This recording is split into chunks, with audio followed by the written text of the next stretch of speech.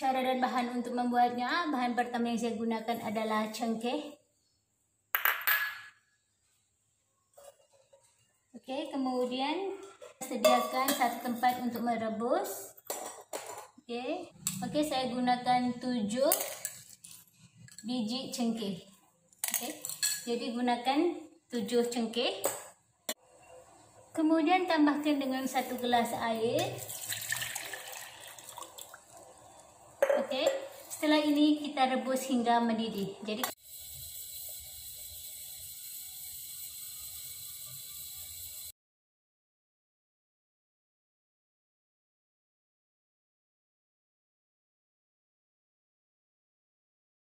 Dan kita sediakan gelas. Akan tambahkan dengan 1 buah jeruk nipis. Okey, kita bisa tambahkan 1 ataupun 2 karena ini gelas kecil, saya akan tambahkan 1 aja.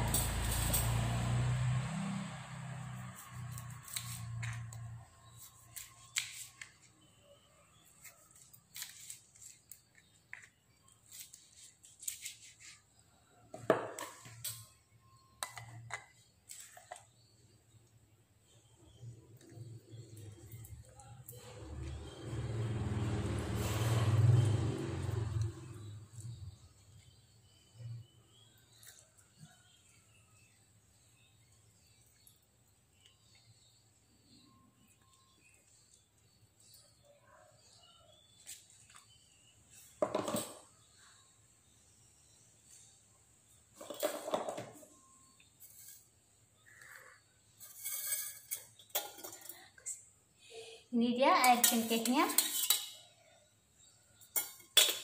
Kita akan tuangkan sini.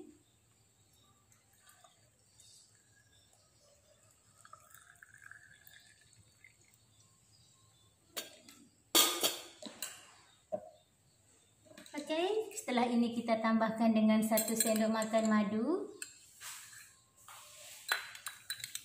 Kita aduk.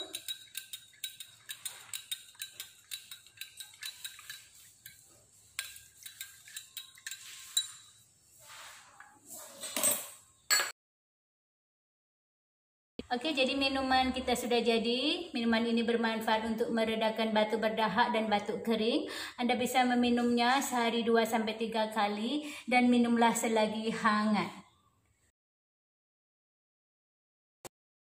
Ini adalah air cengkeh dengan jeruk nipis yang kita buat tadi. Okey. Anda bisa meminumnya sehari 2-3 kali untuk meredakan batuk berdahak dan batuk kering.